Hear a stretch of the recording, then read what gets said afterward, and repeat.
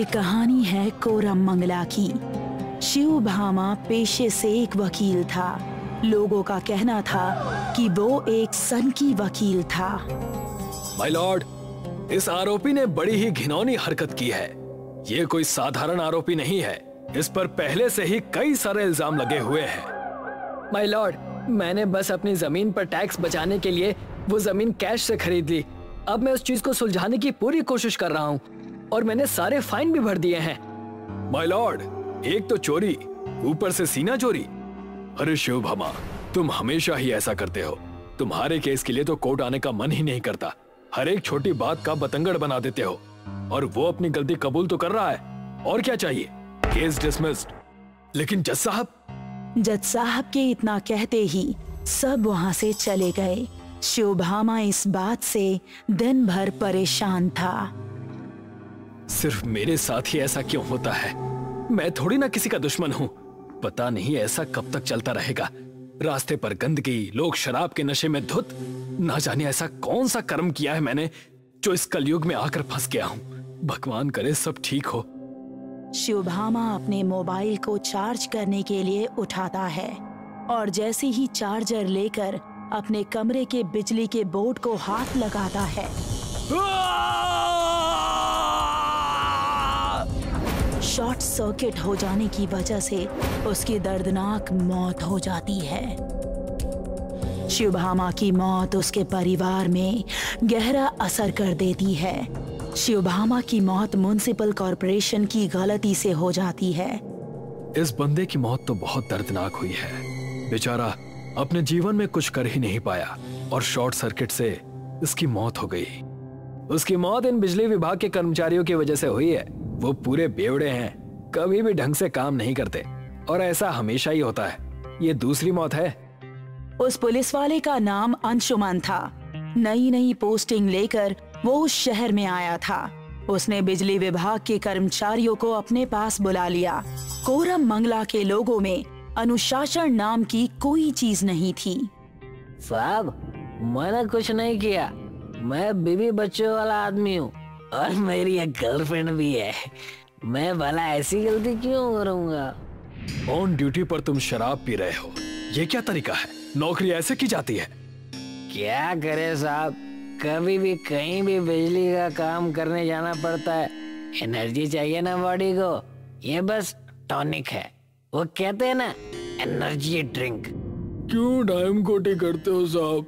जाने दो ना, वरना ठेका बंद हो जाएगा। हाँ, जाओ दफा हो जाओ यहाँ से। वो दोनों बिजली विभाग के कर्मचारी वहाँ से चले जाते हैं। तब अंशुमन अपने हवलदार से कहता है, इन दोनों पर कड़ी नजर रखो। शिव भामा के मौत के लिए यही दोनों जिम्मेदार हैं। बस एक ठोस सबूत मिल जाए और हम इन्हें गिरफ्तार कर लेंगे। जैसा आप कहें सर। अंशुमन शिव भामा के कमरे की तलाशी लेने के लिए चला जाता है और शिव भामा का लैपटॉप खोलकर उसमें उसकी फोटोज देखने लगता है। फोटोज देखने से तो लगता है कि बड़ा ही डिसिप्लिन वकील था। हर केस की डिटेल्स लैपटॉप में है। बेचारा यूं ही मारा गया। अंशुमन लैपटॉप बंद करके जा ही रहा था कि अचानक बिजली कड़की और लैपटॉप बंद हो गया। क्योंकि लैपटॉप उसके हाथों में ही था तो अंशुमन को एक जोरदार बिजली का झटका लगा। ये क्या हो रहा है? अंशुमन ने अपने हाथों से लैपटॉप नीचे फेंक दिया और अपने घर की तरफ अपनी गाड़ी से जाने लगा। अंशुमन इतना डर गया था कि उसकी गाड़ी की स्पीड 120 किलोमीटर प्रति घंटे की रफ्तार से चल रही थी। थोड़ा सा करंट और लग जाता तो मेरी तो मौत ही हो जाती। अच्छा हुआ जो बच गया। अंशुमन देर रात खाना खाकर सो गया। रात के 3 बज चुके थे। पूर्णिमा की रात थी। अचानक अंशुमन बेड से उठा। उसकी आंखें लाल, चेहरा आधा अजीब तरह से रंग का दिख रहा था। बाल एकदम खुले हुए, कपड़े एकदम अजीब। अंशुमन अपने घर से बाहर निकल गया। अंशुमन अपरिचित के वेश में आ गया था। शिव भामा का अपरिचित रूप और अपना डरावना रूप लेकर उसी बिजली विभाग के कर्मचारी के पास जा पहुंचा जो उस वक्त नशे में था। तुम कौन कार्टून हो भाई? इतनी रात गए टीवी से बाहर निकल गए क्या? तुम ठीक से काम क्यों नहीं करते? नहीं करूंगा, जा जो करना है कर ले, दारू भी नहीं पीने देते। चल तुझे मैं दारू पिलाता हूँ। उस वक्त अपरिचित यानी अंशुमन ने उस कर्मचारी का सिर पकड़ा और उसे जमीन पर घसीटते हुए पास ही के एक रेस्टोरेंट में ले गया। मुझे छोड़ दो, जाने दो, मुझे छोड़ दो, जाने दो। अरे आज के बाद शराब नहीं पीऊंगा। तुम्हें शराब पीनी थी ना, तो वही शराब पिलाने ही तो ले जा रहा हूँ। अपरिचित ने उसे इतना मारा कि उसकी हड्डी पसली एक हो गई। मुझे छोड़ दो, अगली बार मैं अच्छा काम करूंगा, सब अच्छे से करूंगा। बिजली विभाग का कर्मचारी चीखता रहा, चिल्लाता रहा, लेकिन अपरिचित ने उसकी एक ना सुनी। अपरिचित ने उस बंद रेस्टोरेंट में एक बड़ा सा कड़ाही लिया और उसमें तेल डालने लगा और तेल को उबालने लगा। तेल में मसाले और हल्दी डालकर उस कर्मचारी से बात करने लगा। बड़ा मजा आता है ना तुम्हें शराब पीने में, पीकर काम करने में। अब मैं तुम्हें मजा दूंगा। चलो मैं तुम्हें मजा दूंगा। अब नहीं, तुम मेरे साथ क्या करने वाले हो? क्या करने वाले हो? मुझे छोड़ो, मुझे छोड़ दो, मुझे छोड़ दो, मुझे जाने दो। अपरिचित ने उस कर्मचारी को उस खौलते हुए तेल में डाल दिया। वो चीखता रहा, चिल्लाता रहा, लेकिन अपरिचित ने उसकी एक ना सुनी और उसके बाद अपरिचित वहां से चला गया। उस बिजली विभाग के कर्मचारी की मौत देखकर सभी लोग दंग रह गए। लोगों को यकीन नहीं हुआ कि कोई इतनी दर्दनाक मौत किसी को कैसे मार सकता है। बहुत बुरी हालत कर दी इस बंदे की, देख कर ही तरस आ रहा है। इन सब में किसका हाथ है? मेरा भाई मुझे छोड़कर चला गया। मेरा भाई मुझे छोड़कर चला गया। हे भगवान। बेचारा उसका दोस्त, ये सब क्या हो गया? कुछ समझ ही नहीं आ रहा। बस बेचारे दारू ही तो पीते थे, अब बेचारा अकेले पिएगा। उस तेल के तवे के आसपास भी कोई डर के मारे नहीं भटक रहा था। उतने में ही वहाँ पर अंशुमन और उसके साथी हवलदार आ जाते हैं और कहते हैं, सारे ही पीछे हट जाओ, यहाँ कोई घटना हुई है। कितनी बदबू आ रही है। सर, किसी ने बेरहमी से उसे मारा है। कोई जल्लाद ही होगा इसके पीछे। गरम तेल में तल दिया उसे। बताइए सर। हमें इस चीज का जल्द से जल्द पता लगाना होगा। उतने में ही वहाँ पर अंशुमन के हेड ऑफिसर रघुवीर आ गए और अंशुमन से कहने लगे, अंशुमन, कई सारे केसेस कल रात हुए हैं। हमें पता नहीं चल रहा कि इन सब के पीछे है कौन। हमें जल्दी ही पता लगाना होगा। मैं जरूर पता लगा लूंगा सर, आप उसकी चिंता मत कीजिए। क्या रघुवीर और अन्य लोगों को पता चलेगा कि अंशुमन ही अपरिचित है? क्या अंशुमन खुद को अपरिचित के रूप में देख पाएगा? जानने के लिए देखते रहिए कुकू टीवी हॉरर और इंतजार कीजिए अपरिचित पार्ट 2 का। रात के घंघोर अंधेरे में शमशान भूमि से कुछ ही दूरी पर एक मासूम 8 साल की बच्ची दुल्हन बनी जमीन पर बैठी हुई थी। उसके पास उसी की उम्र का एक बच्चा भी बेखबर सोया हुआ था। एक अघोरी उसके पास बैठा हुआ मंत्र जाप में लगा था। महेश वहीं पर खड़ा हुआ अपनी आंखों से ये सब देख रहा था। अंकल, आप मुझे यहाँ क्यों लाए हैं? बेटा, तुम शांत रहो, थोड़ी देर में सब समझ में आ जाएगा। अघोरी और महेश अब एक साथ चांद की तरफ देख रहे थे, जिस पर धीरे धीरे ग्रहण लग रहा था। जैसे ही ग्रहण पूरा हुआ, महेश ने कुंड के पास रखा चाकू उठाया और तेजी से उस बच्ची की गर्दन पर हमला करके उसकी गर्दन उड़ा डाली। अघोरी ने उसकी कटी गर्दन को बालों के बल पकड़कर उठाया और उस बच्ची की टांग के ऊपर उसकी गर्दन को घुमाने लगा। थोड़ी ही देर में उस बच्चे की टांग खून से पूरी तरह लाल हो गई। जब ये होश में आएगा तब तक हमारी विधि पूरी हो चुकी होगी। शुक्रिया बाबा। घर में खुशियों का माहौल बना हुआ था। महेश और मालती ये देख बहुत खुश थे कि आज उनके बेटे प्रतीक की शादी हो रही है। थोड़ी ही देर में रस्म पूरी करने के बाद जिया कमरे में सेज पर बैठी थी। जैसे ही प्रतीक ने घूंघट उठाया, जिया की आंखों की पुतलियां गायब थी और वो प्रतीक को देखकर भयानक तरह से मुस्कुरा रही थी। कैसे हो मेरी जान? उसने प्रतीक के ऊपर छलांग लगाई और उसके सीने पर चढ़कर बैठ गई। जिया, ये तुम क्या कर रही हो?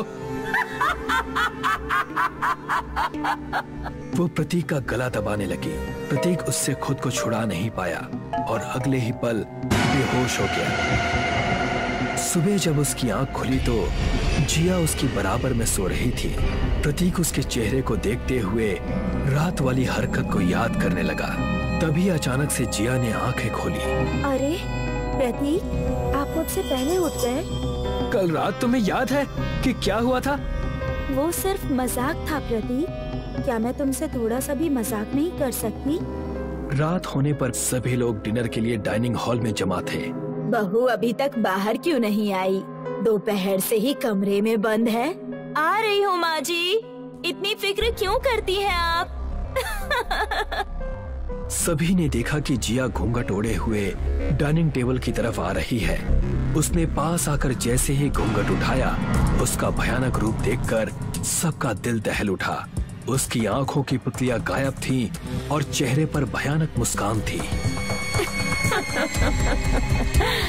क्या हुआ? आप सब लोग इतने डरे हुए क्यों लग रहे हो? जिया, जिया नहीं, चुटकी। चुटकी हूँ मैं। और तू इस जिया से बहुत प्यार करता है ना? ऐसा कहकर उसने अपनी ही कलाई पर चाकू रखा और एक तेज हमला किया। नहीं!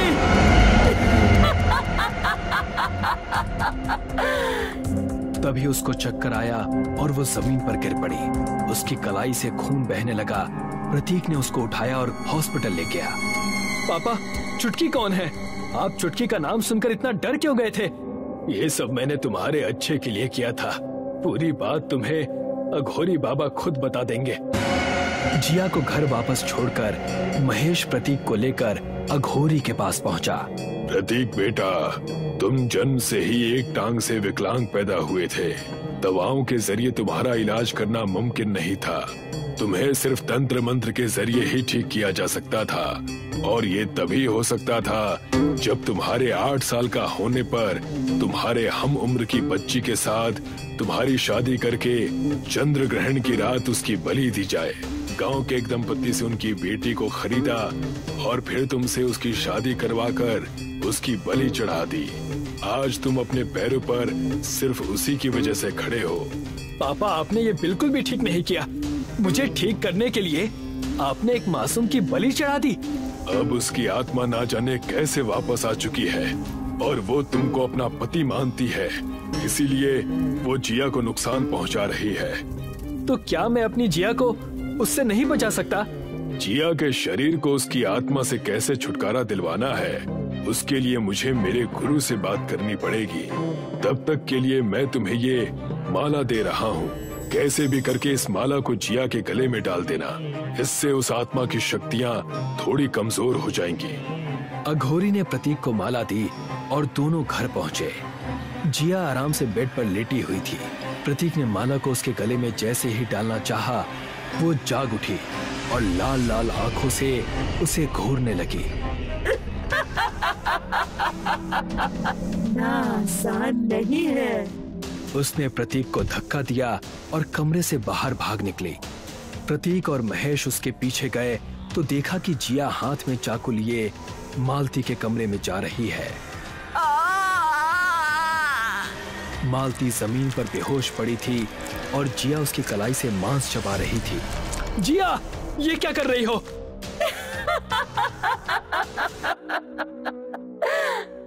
उसने चाकू उठाकर प्रतीक के ऊपर हमला किया और खिड़की से कूदकर बाहर भाग गई। पापा, आप मम्मी को हॉस्पिटल ले जाइए, मैं जिया को संभालता हूँ। ऐसा कहकर प्रतीक हाथ में माला थामे हुए खिड़की से कूद जिया की तलाश में निकल पड़ा। थोड़ी देर बाद जिया रुकी और प्रतीक के ऊपर चाकू से हमला कर चाकू एक तरफ फेंक दिया। वो जमीन पर गिर गया और जिया उसके सीने पर बैठकर उसको बुरी तरह से खरोंचने लगी। प्रतीक धीरे धीरे उसके गले में माला डालने की कोशिश कर रहा था।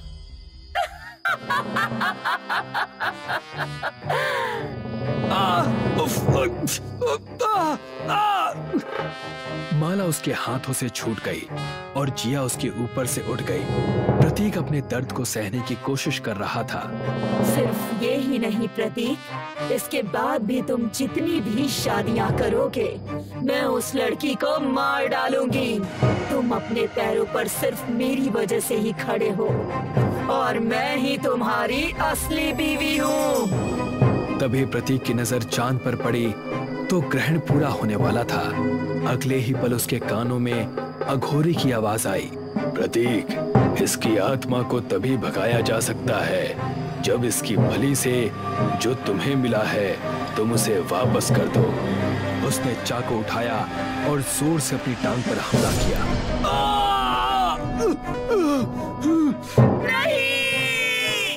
प्रतीक जैसे जैसे हमला करता रहा चुटकी की शक्ति कमजोर पड़ती रही।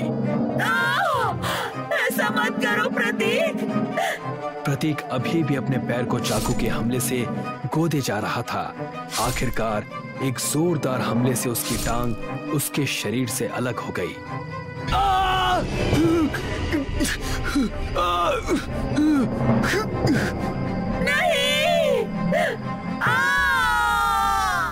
चुटकी की आत्मा चीखती हुई और धुआं बनकर खत्म हो गई। उसके बाद जब ग्रहण खत्म हुआ तो जिया को होश आ गया। वो भागकर प्रतीक के गले लग गई। प्रतीक ने अपनी एक टांग खो दी, लेकिन अब उसको इस बात की खुशी थी कि अब वो जिया के साथ अपनी नई जिंदगी शुरू कर सकता है। अब उनकी खुशियों में कोई ग्रहण नहीं लगेगा।